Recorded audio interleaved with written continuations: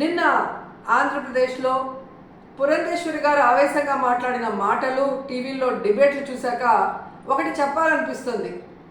అమ్మా పురంధేశ్వరి గారు, బావ కళ్ళల్లో ఆనందం చూడటం కంటే భక్తుల కళ్ళల్లో ఆనందం చూడటానికి ప్రయత్నించమని కోరుకుంటున్నాను.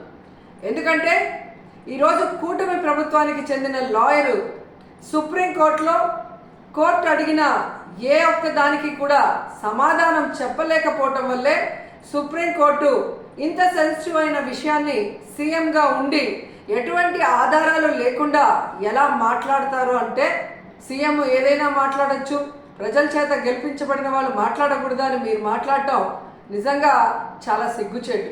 ఎందుకంటే ఈరోజు మీరు చంద్రబాబు నాయుడు, లోకేష్, పవన్ కళ్యాణ్ ఎలాగైతే రోడ్ల మీద ప్రెస్ మీట్లు పెట్టి మాట్లాడుతున్నారో అవే మాటలు ఎందుకు మీరు కోర్టులో మాట్లాడలేకపోయారు? సో ఈరోజు ప్రజలు గమనిస్తూ ఉన్నారు.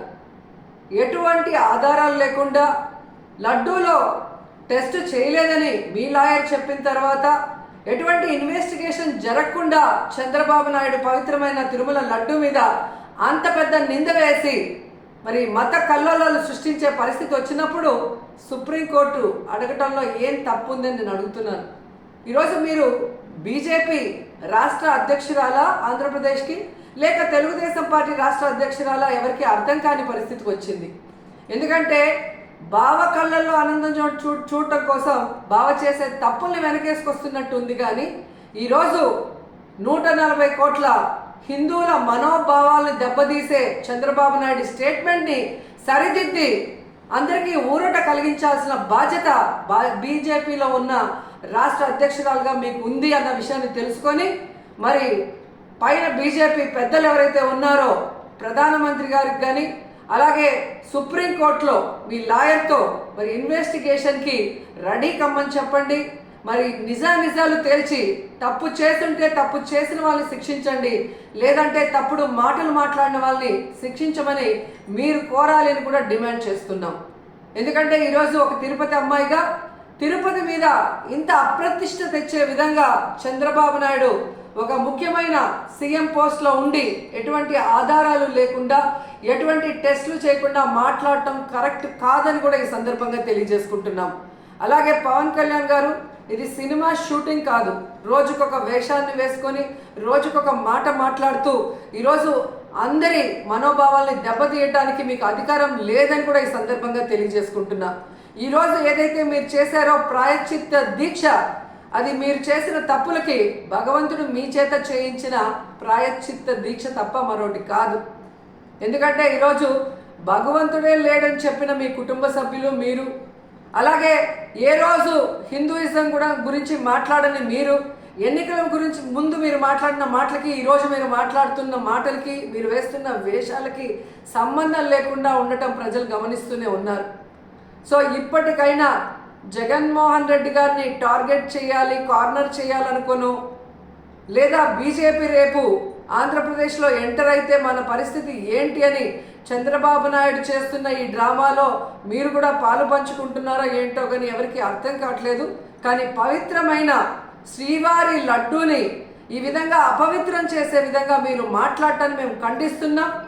వెంటనే దీని మీద సుప్రీంకోర్టు మరి విచారణ జరిపించి సిబిఐ ద్వారా మరి దోషుల్ని బయటకు తీసి వాళ్ళని శిక్షించాలని కూడా కోరుకుంటున్నాం. అలాగే ఇందులో మరొక విషయం ఉంది. ఏదైతే టీటీడీ ఈఓకి ఈ టీటీడీలో జరిగే ప్రతిదానికి సంబంధం ఉంటుంది. ఆయన ఈఓ అయిన తర్వాత వచ్చిన ట్యాంకర్లలో మరి బాగున్న ట్యాంకర్ని లోపలికి పంపించి అన్లోడ్ చేశాం. ఏవైతే వెజిటబుల్ ఫ్యాట్, వనస్పతి ఉంది అని చెప్పి వాటిని రిజెక్ట్ చేసి వాడకుండా బయటికి పంపించామని చెప్పిన ఈఓ గారు 2 నెలల తర్వాత సెప్టెంబర్లో చంద్రబాబు నాయుడు మరి ఏ విధంగా అయితే ఎనిమల్ ఫ్యాట్ కలిసి ఉందని అబద్ధం చెప్పిన తర్వాత కలిసిందేమో అని మాట్లాడటం గమనించి ఆ ఈఓని ఆ పదవి నుంచి పక్కకి తప్పించి అతనికి కూడా నోటీసులు ఇచ్చి విచారించాలి.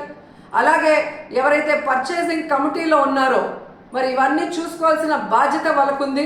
ఆ కమిటీలో ఉన్న వాళ్ళందరికీ కూడా నోటీసులు ఇచ్చి విచారించాల్సిన అవసరం ఉంది. అలాగే విజిలెన్స్లో మరి తప్పు జరుగుతూ ఉంటే ఏం చేశారు ఆ అఫీషియల్ కూడా నోటీస్ ఇచ్చి అన్నీ కూడా విచారించాల్సిన బాధ్యత మీ మీద ఉంది. ఎందుకంటే ఈరోజు చంద్రబాబు నాయుడు, పవన్ కళ్యాణ్ అపోజిషన్లో లేరు. అపోజిషన్లో ఉండి మాట్లాడింటే ఓకే అని చెప్పి ఎవరైనా కూడా మీ మాటలు నమ్మే అవకాశం ఉంటుంది. కానీ ఈరోజు మీరు అధికారంలో ఉండి విచారించాల్సిన అధికారం మీ చేతిలో పెట్టుకొని ఈరోజు ఆధారాలు సేకరించాల్సిన బాధ్యత మీ దగ్గర ఉండి కూడా అవేవి చేయకుండా కేవలం జగన్మోహన్ రెడ్డి గారి మీద నిందలు వేయాలి, వైఎస్ఆర్సీపీ అనేది లేకుండా చేయాలి అన్న ఒక కాన్సెప్ట్తో మీరు ముందుకు వెళ్ళటం వల్లే ఈరోజు అది బ్యాక్ ఫైర్ అయ్యి మీరు చెప్తున్న అబద్ధాలు ప్రజలందరూ కూడా గమనించే పరిస్థితి వచ్చిందని కూడా ఈ సందర్భంగా తెలియజేసుకుంటున్నాం. సో ఇప్పటికైనా శ్రీవారి పవిత్రమైన లడ్డూ జోలికి పోకుండా మీరు ఇకనైనా ఈ డ్రామాలు ఆపితే బాగుంటుంది. సుప్రీంకోర్టు విచారణకి మేము సిద్ధం, సిబిఐ వేసుకున్న మేము సిద్ధమని చంద్రబాబు నాయుడు, పవన్ కళ్యాణ్ అలాగే పురంధేశ్వరి గారు చెప్పాల్సిన అవసరం కూడా ఉందని చెప్తున్నాను. వారధి కార్యక్రమంలో మాకు ఎమ్మెల్యేస్ ఎంపీస్ మేమందరం కూడా వారానికి ప్రతిరోజు ఒకళ్ళవన్న చొప్పున మేమందరం కూడా ఇక్కడ కూర్చుంటున్నాము. ఆ సందర్భంలో కేవలం మా కార్యకర్తలు మాత్రమే కాకుండా ప్రజలు కూడా వచ్చి వారి యొక్క అర్జీలు ఏవైతే ఉన్నాయో, వారి రిక్వెస్ట్స్ ఏవైతే ఉన్నాయో మాకు వారు ఇవ్వటం జరుగుతుంది. ఆ సందర్భంలో సాధారణంగా వెంటనే వీలైతే సంబంధించినటువంటి అధికారులకి ఫోన్ చేసి వెంటనే దాన్ని సాల్వ్ చేయమని చెప్పి వాళ్ళకి రిక్వెస్ట్ చేయడం జరుగుతుంది. ఆ దిశగా చూసినట్లయితే చాలా వరకు వెంటనే ఫోన్ చేసిన వెంటనే సమస్యలు పరిష్కారం అవుతున్నాయి. చాలా వరకు కూడా భూమికి సంబంధించిన విషయాలు, అదేవిధంగా ట్రాన్స్ఫర్స్కి సంబంధించినటువంటి విషయాలు, కొంతమంది ఉపాధి అని చెప్పి రావడం, ఇవన్నీ సాధారణంగా జరుగుతాయి. ట్రాన్స్ఫర్స్, ఉపాధి అనేవి కొంచెం కష్టం. ఎందుకంటే ట్రాన్స్ఫర్స్ కూడా పరిమిత సమయంలో చేస్తారు కాబట్టి ట్రాన్స్ఫర్స్, ఉపాధి అవకాశాలంటే మళ్ళీ గవర్నమెంట్ ఉద్యోగాలంటే మనందరికీ తెలియనటువంటి విషయం కదా. దానికి ఒక ప్రొసీజర్ ఉంటుంది, దాని ప్రకారంగా వెళ్ళాలి. ప్రైవేట్ వాళ్ళకి వీలైనంత వరకు ఒకవేళ ప్రైవేట్ ఉపాధి అని అంటే కనుక వాళ్ళకి ఫోన్ చేసి రిక్వెస్ట్ చేయటం జరుగుతున్నటువంటి విషయం. కనుక డెఫినెట్గా ఏంటంటే వారధి అన్నది ప్రజలకి మరియు ప్రభుత్వానికి మధ్య ఉన్నటువంటి ఒక కనెక్టివిటీగా చూస్తూ మేము వీలైనంత వరకు కూడా ప్రజల దగ్గర నుండి వచ్చేటువంటి విన్నపాలని స్వీకరిస్తూ వాటిని పరిష్కరిస్తూ ముందుకు వెళ్తున్నాం. ఇవాళ కూడా నా దగ్గర కొన్ని భూ వివాదాలు వచ్చినాయి. అవి కూడా అక్కడ సంబంధిత కలెక్టర్ గారితో కూడా మాట్లాడటం జరిగింది. అదేవిధంగా ఒక లా అండ్ ఆర్డర్కి సంబంధించి ఒక హత్యకు సంబంధించినటువంటి విషయం వచ్చింది. దానికి కూడా సంబంధిత అధికారులతో మాట్లాడటం జరిగింది. వారు కూడా అక్కడ ఉన్నటువంటి అధికారులు కూడా సానుకూలంగా స్పందిస్తూ వెంటనే వారిని కలిసి అన్ని వివరాలు ఇచ్చిన తర్వాత నిజాలు కూడా బేరీజ్ వేసుకుని వారు కూడా వెంటనే స్పందిస్తున్నారు. కనుక మంచి స్పందనే వస్తుంది వారికి. సుప్రీంకోర్టు వ్యాఖ్యల్ని ఎలా చూస్తారు? అంటే ఎన్డీటీవీ రిపోర్ట్లో ఒక క్లారిటీ లేదు, అడల్ట్రేషన్ జరిగిందనే దానికి ప్రూఫ్ లేదని కొన్ని కీలక వ్యాఖ్యలు చేసింది. దాని మీద చూడండి, ముఖ్యమంత్రి గారు is the constituent head of the state. ఆయన ఉన్నటువంటి పరిస్థితుల్ని వారు సమీక్షించుకుని దాని మీద వారు ఒకవేళ స్టేట్మెంట్ ఇవ్వాలా వద్దా అనేది వారి యొక్క ఆలోచన విధానం మీద ఆధారపడి ఉంటుంది.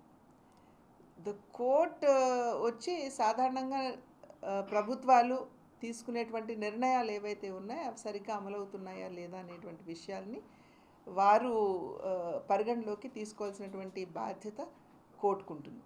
అంతేగాని ముఖ్యమంత్రి గారు మీరు ఎందుకు మాట్లాడారు అని ప్రశ్నించే అధికారం కోర్టులకు ఉన్నదా అనేది అందరం కూడా ఒక్కసారి ఆలోచించవలసినటువంటి విషయం.